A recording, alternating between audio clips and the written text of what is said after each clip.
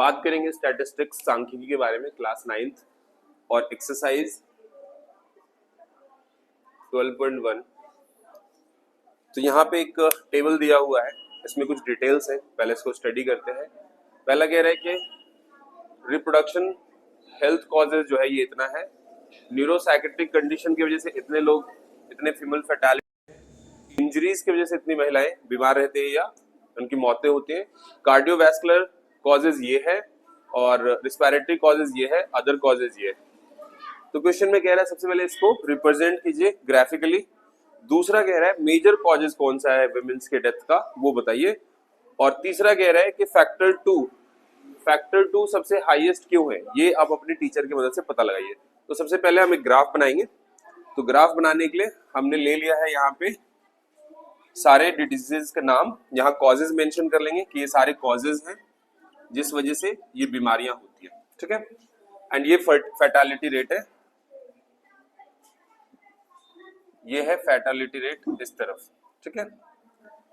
तो चलिए find out करते हैं। पहला देखते हैं ये वाला 31.8 है, हमने 5 का गैप रखा है और इसके बाद बनाते हैं हम। तो 31.8 जो है पहला रिप्रोडक्टिव हेल्थ कॉजेज है, तो इसके लिए हम बना लेते हैं 31। 30 से थोड़ा सा एक्स्ट्रा लेंगे, ज्यादा नहीं।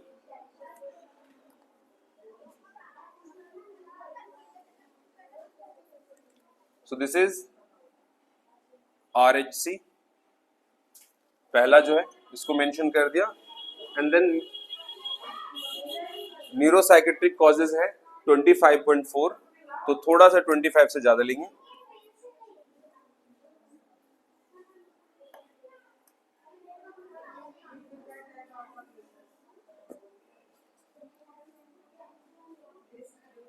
इसके अंदर भी मेंशन कर सकते हैं आप और चाहे तो ऊपर भी कर सकते हैं। इंजरीज से है 12.4, तो इसको दिखा लेंगे 12.4 इंजरीज वाला।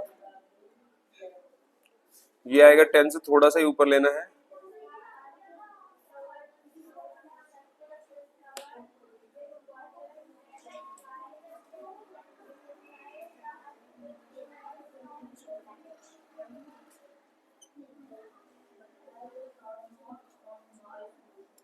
यह है इंजरीज। फोर्थ है हमारा 4.3, तो 5 से कम रखेंगे इसे।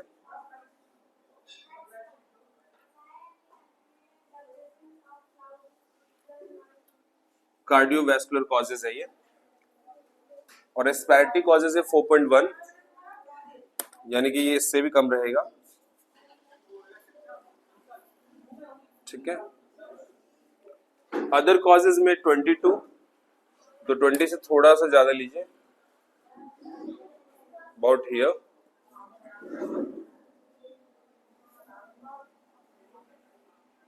ये अदर कॉजेज, ठीक है। तो इस तरीके से ग्राफिकली तो रिप्रेजेंटेशन हो चुका है। अब इसके क्वेश्चंस को देख लेते हैं। कह रहा है रिप्रेजेंट ग्राफिकली, तो हियर यू गो, ये रहा। मेजर कॉज क्या है फॉर वुमेन डेथ के लिए, तो मेजर कॉज जो दिख रहा है वो यही है, RHC, reproductive health causes, reproduction health causes है।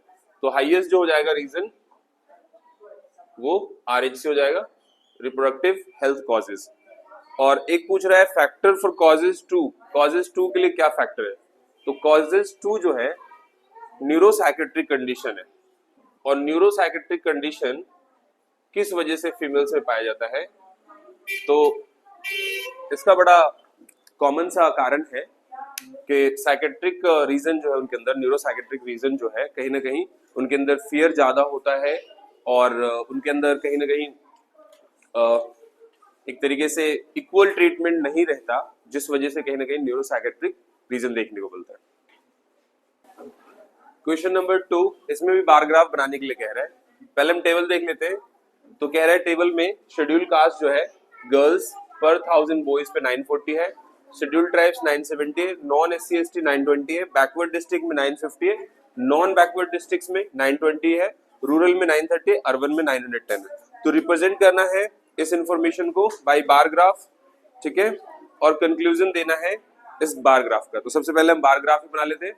So let's move. पहले हम देखते हैं SC कितना है 940, तो एससी के लिए हम 940 बनाएंगे।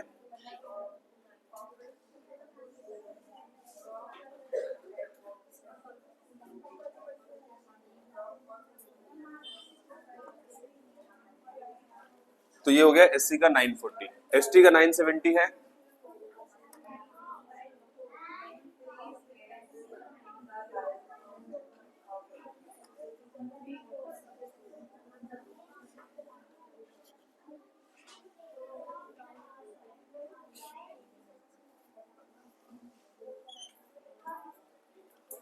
यह है एसटी का 970, non SC ST 920,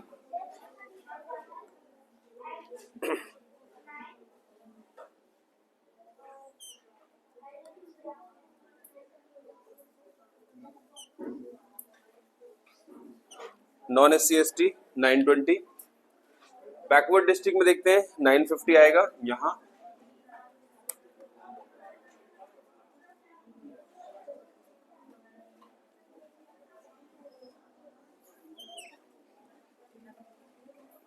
backward district, non backward district भी 920 है।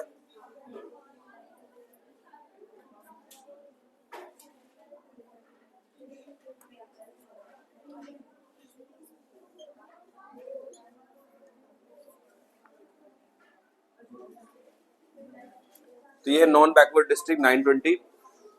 रूरल ले लेते हैं, रूरल है 930।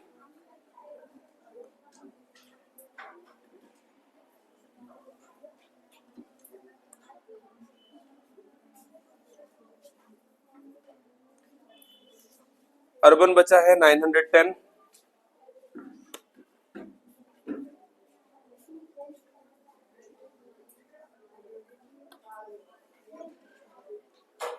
तो ये हमारा अर्बन 910। तो बार ग्राफ बन चुका है। पहला क्वेश्चन रेडी है आपके सामने। सेकंड क्वेश्चन क्या कह रहा है? कंक्लूज द ग्राफ। तो चलिए ग्राफ को कंक्लूड करते हैं। So what would be the conclusion? निष्कर्ष क्या निकाल सकते हैं हम इससे?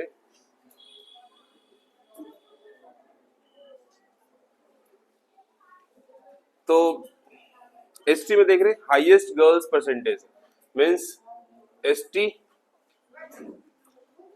में जो गर्ल्स पर 1000 है वो हाईएस्ट है, और दूसरा अर्बन में लोवेस्ट है। अर्बन में लोवेस्ट है। तो नंबर ऑफ गर्ल्स पर 1000 इज मैक्सिमम, अधिकतम है, maximum in ST and minimum in urban area. Hindi में भी आप लिख दीजिएगा, लड़कियों की संख्या प्रति 1000 बॉयज पे अधिकतम है शेड्यूल्ड ट्राइब्स में और न्यूनतम है शहरी क्षेत्रों में। तो ये हमारा कंक्लूजन। स्टैटिस्टिक्स का अगला क्वेश्चन है हमारा क्वेश्चन नंबर 6। देखते हैं इसमें क्या करना है। इसमें हमें फ्रीक्वेंसी पॉलीगन फाइंड आउट करना है, बारंबारता बहुभुज। ठीक है, तो चलते हैं, सबसे पहले टेबल देखते हैं। यहाँ पे आप देखेंगे सेक्शन ए, सेक्शन बी, दो अलग अलग सेक्शन दिया हुआ है। दोनों सेक्शन के अलग अलग मार्क्स है, सॉरी सिमिलर मार्क्स है, फ्रीक्वेंसीज अलग अलग है ना। तो सबसे पहले फ्रीक्वेंसी पॉलीगन जो हमें बनाना है, एक सिंगल ग्राफ पे ही बनाना है, दोनों का प्लॉट करना है। तो सबसे पहले हम क्या कर लेंगे, हमने यहाँ मार्क्स ले लिया है क्योंकि मार्क्स कॉमन है दोनों में, है ना। फ्रीक्वेंसीज अलग अलग है, तो फ्रीक्वेंसीज को हम एज इट इज ले लेते हैं। Frequency of A 3, 9, 17, 12 and 9। तो ये तो हो गया ए की फ्रीक्वेंसी। बी की फ्रीक्वेंसी है 5, 19, 15, 10 और 1। अब ये क्या है? Class marks. क्लास मार्क्स मतलब highest lowest limit plus highest limit कर करके ऐड करके आप उसे 2 से डिवाइड कर दीजिए तो आपको ये मिल जाएगा। जैसे यहाँ पे निकालना है आपको, तो 0 + 10/2 मीन्स 10/2, तो यहाँ आ जाएगा 5। तो यहाँ आ जाएगा क्लास मार्क्स 5। उस तरीके से 10 और 20, 30 को 2 से डिवाइड करेंगे 15। अब आप 10 का गैप लेते चल सकते हैं, 5, 10, 15, है ना। फिर 25, 35 और 45। क्रॉस चेक करने के लिए आप देख लीजिए, 10 से 20 के बीच में 15 आ रहा है, 20 से 30 के बीच में 25 आ रहा है, 30 से 40 के बीच में 35 आ रहा है, 40 से 50 के बीच में 45 आ रहा है। तो इस तरीके से हमारा क्लास मार्क्स मिल गया है। अब हम चलते हैं ग्राफ बनाने की तरफ।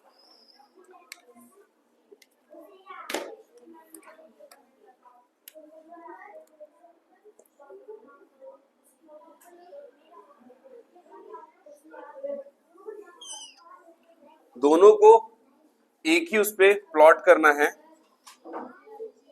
तो थोड़ा सा बड़ा बना लेते हैं।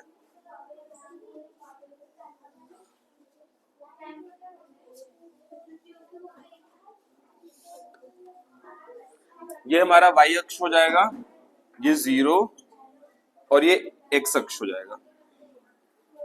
ठीक है, अब हम जो फ्रीक्वेंसी लिए हैं, फ्रीक्वेंसी का क्या करना है, frequency of A and frequency of B और क्लास मार्क्स। तो इस तरफ तो हम क्लास मार्क्स रख लेते हैं।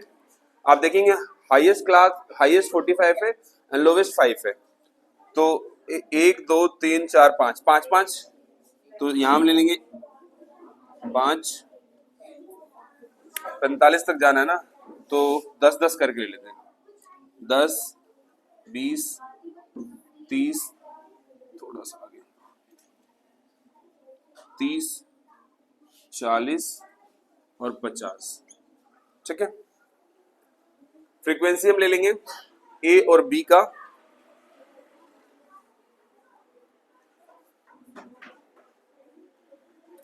नहीं, फ्रीक्वेंसी आप इधर रखिए, 10 20 30 40 और 50 यहां पे आप रखेंगे।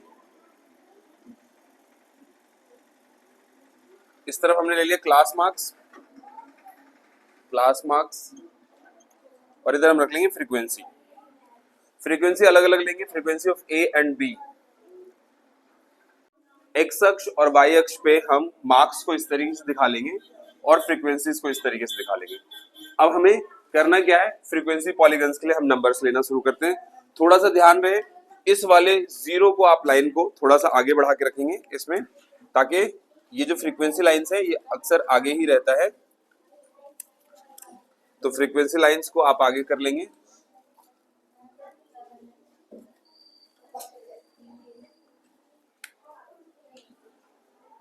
तो चलिए चलते हैं, सबसे पहले हम देखते हैं फ्रीक्वेंसी लाइंस में 0 to 10 में जो 5 की फ्रीक्वेंसी है, अगर हम ए को लेना चाह रहे हैं, ए को दर्शाना चाह रहे हैं, तो कहाँ आएगा ए 3 पे, यानी कि अप्रोक्स जो 5 मार्क्स है वो 3 यहाँ लमसम आएगा।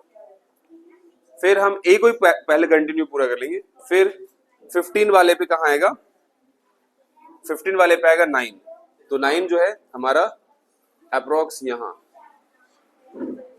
फिर 25 17 के पास आएगा और 17 होगा यहाँ। प्लॉट करना है बड़े ध्यान से। 35 पे लेंगे हम 12, तो 35 पे 12 यहाँ, थोड़ा सा नीचे रखेंगे, 10 से थोड़ा सा ऊपर, 15 से नीचे स्लाइटली डाउन, एंड 45 पे हम ले लेंगे 9, 45 पे हम ले लेंगे 10 से थोड़ा सा डाउन रखेंगे। और इसको कोशिश करिए कि अलग अलग डाउट से आप डॉट्स, नॉट डाउट, डॉट से आप इसको रिप्रेजेंट करें। तो ये वाला तो हमने ए वाला डॉट डॉट वाला जो हमने फ्रीक्वेंसी ऑफ ए लिया है। ठीक है, अब हम चलते हैं सेकेंड वाले में, फ्रीक्वेंसी ऑफ बी वाले पे। तो हम लेंगे 5 पे 5, तो 5 पे 5 तो यहाँ आएगा। 15 पे 19 15 पे 19 यहाँ, 20 से स्लाइटली डाउन, एंड देन हम लेंगे 25 पे 17, तो 25 पे 15, तो 25 पे 15 थोड़ा सा यहाँ,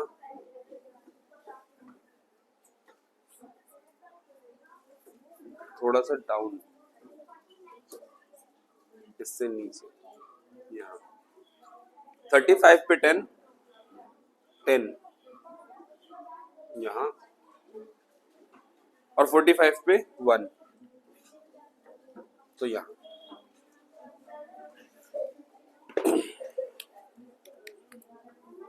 इसको मिलाते हैं।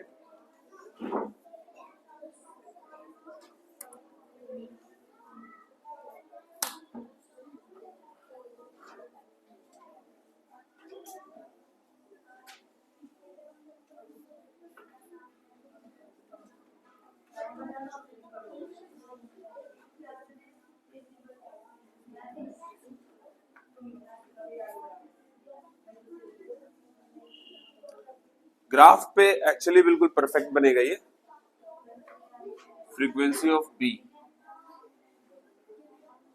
ठीक है, ग्राफ पे बिल्कुल सही बनेगा, कहीं पे भी कोई गलती नहीं होगी। लेकिन यहाँ पे मैं प्लॉट करने की कोशिश कर रहा हूँ, थोड़ा सा नेग्लिजिबल मिस्टेक्स हो सकते हैं, तो इसको इग्नोर कीजिए। ग्राफ पे आप परफेक्टली तरीके से बना सकते हैं। बात करेंगे हम क्वेश्चन नंबर 8 के बारे में, जिसमें कह रहा है ड्रॉ हिस्टोग्राम, आयत चित्र बनाइए।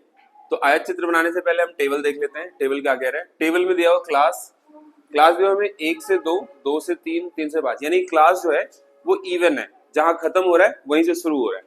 लेकिन क्या गैप सिमिलर है? गैप सिमिलर नहीं दिख रहा मुझे। 1 से 2 में कितने का गैप है? 1 का, वर्ग की चौड़ाई यहाँ पे 1 हो जाएगा। 2 से 3 में कितने गैप है? 1 का, यहाँ भी 1 ही है। पर 3 और 5 में 2 का गैप है, तो यहाँ पे देख रहे हैं गैप अनइवन है, ठीक है। जब अनइवन आता है तो उसमें हिस्टोग्राम कैसे बनाते हैं ये दिखाता हूं मैं। 7 और 5 के गैप यहाँ पे भी 2 है, 10 और 7 का गैप 3 है, 15 और 10 का गैप 5 है, और यहाँ पे 17 और 15 का गैप 2 है, ठीक है। अब एक बार ये जो वर्ग की चौड़ाई आ गई ना, इस वर्ग की चौड़ाई को क्या करेंगे आप? आयत की लंबाई निकालने के लिए। तो आयत की लंबाई निकालने के लिए, लेंथ ऑफ रेक्टेंगल को फाइंड आउट करने के लिए जो तरीका है वो ये है कि आप इससे इसको डिवाइड कर दीजिए बारंबारता को, तो आपका आयत की लंबाई निकल जाएगी। जैसे 1 से 5 को डिवाइड करेंगे तो 5, 1 से 3 को डिवाइड करेंगे 3, और 6 को 2 से डिवाइड करेंगे 5, 3, 6 को 2 से डिवाइड करेंगे 3, 2 को 12 से डिवाइड करेंगे 6, यहाँ पे 3 3 9, 5 दूनी 10 और 2 दूनी 4। तो इतनी इतनी हमें आयतों की लंबाई लेकर के इसे हमें बनाना होगा। उसके अलावा कुछ चीजें और बता दूं, हमने एज जो लिया है, एज ऑफ चिल्ड्रेन, वो हमने एक्स एक्सिस पे रखा है। आयु हमने वर्षों में एक्स रेखा पे, एक्स एक्सिस पे रखा है, एक्स अक्ष पर। और बच्चों की जो अनुपात है ना आयु का प्रति वर्ष का, वाई अक्ष पर रखा है हमने, ठीक है। तो चलिए करते हैं, देखते हैं 1 से 2, तो 1 to 2 में हमें 5 लेना है। तो 1 to 2 यानी कि ये, तो इन दो पे आप जो हिस्टोग्राम बनाएंगे वो 5 तक बनेगा।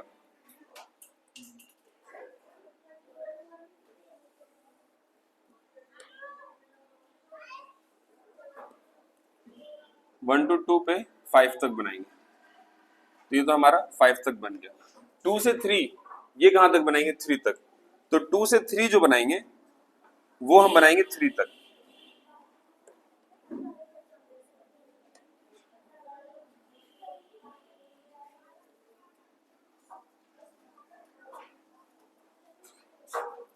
एंड देन 3 to 5 हम बनाएंगे 1 2 3, यानी कि 3 to 5 हम बनाएंगे 3 तक। ये भी रहेगा 3 तक ही, पर इसमें हम आयत की चौड़ाई जो है वो 3 कर लेंगे, है ना। आयत की लंबाई, सॉरी, आयत की लंबाई 3 कर लेंगे। उसके बाद हम 5 से 7 पे लेंगे 6, 5 से 7, 5 6 7, कहां तक लेना है हमें? 6 तक। तो इसको थोड़ा सा पहले से आगे बढ़ा लेता हूं मैं, 6 तक बढ़ा लिया है, 5 से 7 6 तक है।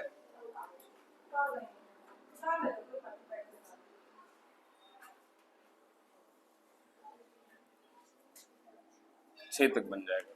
7 से 10 जो बनेगा वो 3 तक बनेगा, 7 8 9 10।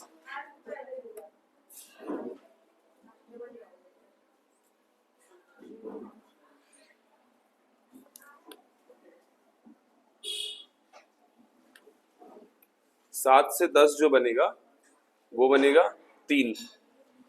तो 7 से 10 3 तो यहां है, और इधर से ले लीजिए,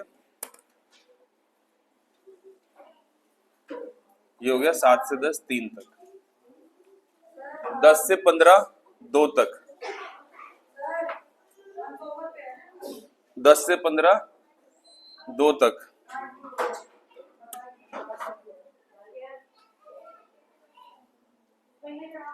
10 से 15 हम ले लेंगे 2 तक।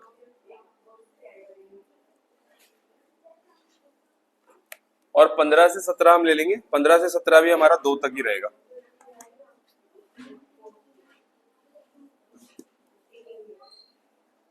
ठीक है, तो इस तरीके से हमारा हिस्टोग्राम बन करके तैयार हो गया। इसमें और कोई क्वेश्चन कह रहा है, तो एक क्वेश्चन शायद ये पूछ रहा है कि बताइए किसमें सबसे ज्यादा जो है नंबर ऑफ चिल्ड्रन जो है कौन से आयु वर्ग में देखने को मिलता है। तो आप यहीं पे डायरेक्टली ये चीज आप देख सकते हैं, जो मैक्सिमम नंबर ऑफ चिल्ड्रन है वो 5 to 7 में, या इस तरीके के हाईलाइटेड क्वेश्चन दे सकते हैं। ठीक है, तो चलते हैं अगले क्वेश्चन पे, बात करेंगे क्वेश्चन नंबर 9 में। तो क्वेश्चन नंबर 9 में भी हमें बार ग्राफ बनाना है। तो चलिए देखते हैं सबसे पहले हम क्लास को। तो क्लास आप देख रहे हैं यहाँ पे इवन क्लास तो है लेकिन गैप्स इवन नहीं है, तो इसका मतलब हमें विड्थ निकालना पड़ेगा क्लास का। तो यहाँ देखिए कितने का विड्थ हो जाएगा, चौड़ाई वर्ग की सीमा 1 से 4 के बीच में 3, 4 से 6 के बीच में 2, 6 से 8 के बीच में भी 2, 8 से 12 के बीच में 4 और 12 से 20 के बीच में 8। तो देख रहे साफ साफ अलग अलग है, एक जैसा नहीं है। तो इसीलिए हमें वर्ग की चौड़ाई ज्ञात करनी होगी और हमें चतुर्भुज की लंबाई तय करनी होगी कि जब हम यहाँ बनाएंगे तो कितना लेंथ का होगा। तो यहाँ क्या करेंगे, सबसे पहले बारंबारता को, आपको ध्यान होगा कि हम डिवाइड कर रहे थे ब्रेथ से, तो यहाँ हम कर लेंगे बारंबारता को 1 से मल्टीप्लाई ना करके 2 से कर लेंगे, क्योंकि हमने यहाँ पे 2 लीटर पर यूनिट लिया है। तो 6 into 2/3, तो 6 2 12 और 3 से हमने डिवाइड करना है, तो 6 2 12, 12 को 3 से डिवाइड करोगे 4 यूनिट।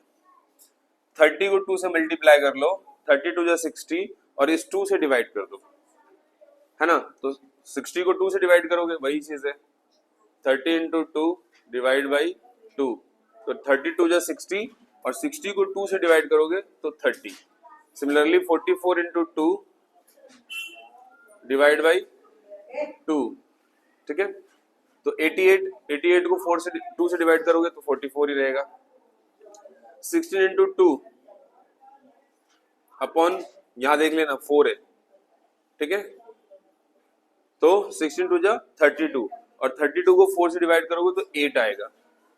यहां 4 into 2 डिवाइड बाई 8, 4 2 जा 8, 8 को 8 से डिवाइड करेंगे तो 1। बच्चे अक्सर यहाँ गलती करते ही करते हैं। तो हमारा लेंथ ऑफ रेक्टेंगल बन के तैयार है, ठीक है। तो देखिए हमने क्या किया है, नंबर ऑफ लेटर्स लिया है हमने एक्स एक्सिस पे, एक्स अक्ष पर वर्णमाला की संख्या हमने ये लिया है, अक्षरों की संख्या, वर्णमाला की संख्या, ठीक है। दूसरा जो हम देख रहे हैं प्रोपोर्शन ऑफ नंबर, समानुपात या अनुपात कह लीजिए, नंबर ऑफ पर 2 लेटर्स, प्रति 2 लेटर्स पे हमने लिए हैं ऑन वाई एक्सिस, वाई अक्ष पर, ठीक है, 2 वर्णमाला का। एक चीज ध्यान रखना है कि एक यूनिट 4 स्टूडेंट को दर्शा रहा है, यहाँ पे एक यूनिट 4 स्टूडेंट को दर्शा रहा है, 4 8 16 इस तरीके से। तो ये जो है ना एक यूनिट में 4 स्टूडेंट्स हैं, 4 विद्यार्थी हैं, ठीक है। तो चलिए करते हैं, सबसे पहले हम देखेंगे 1 से 4 में। तो 1 से 4 में आप कितने चतुर्भुज की लंबाई रखेंगे, 4। तो 1 से 4 में चतुर्भुजों की लंबाई 4 रहेगी, है ना। यहां से आप ले सकते हैं इस तरीके से ये 4 तक, और इसको इस तरीके से आप मिला दीजिए। बहुत छोटा है इसलिए स्केल से नहीं हो पाएगा, इसलिए मैं कर भी नहीं रहा हूं। फिर 4 से 6 30 तक जाएगा, तो यानी कि ये 4 से 6 30 तक ले लीजिए। तो 4 to 6 30 तक, 32 से थोड़ा सा कम, लेट्स टेक यहां तक, let's take up to here, यहां तक ले लेते हैं। 4 से 6, 6 से 8 44 तक रहेगा यहां तक, तो 6 से 8 44 तक रहेगा इस तरीके से, 44 तक। यहाँ 8 वाला भी 6 to 8 है ना, ये 44 तक ले जाइए इसको, हो गया 44 तक। एंड नाउ 6 to 8 44 तक हो गया। 8 to 12 8 तक रहेगा,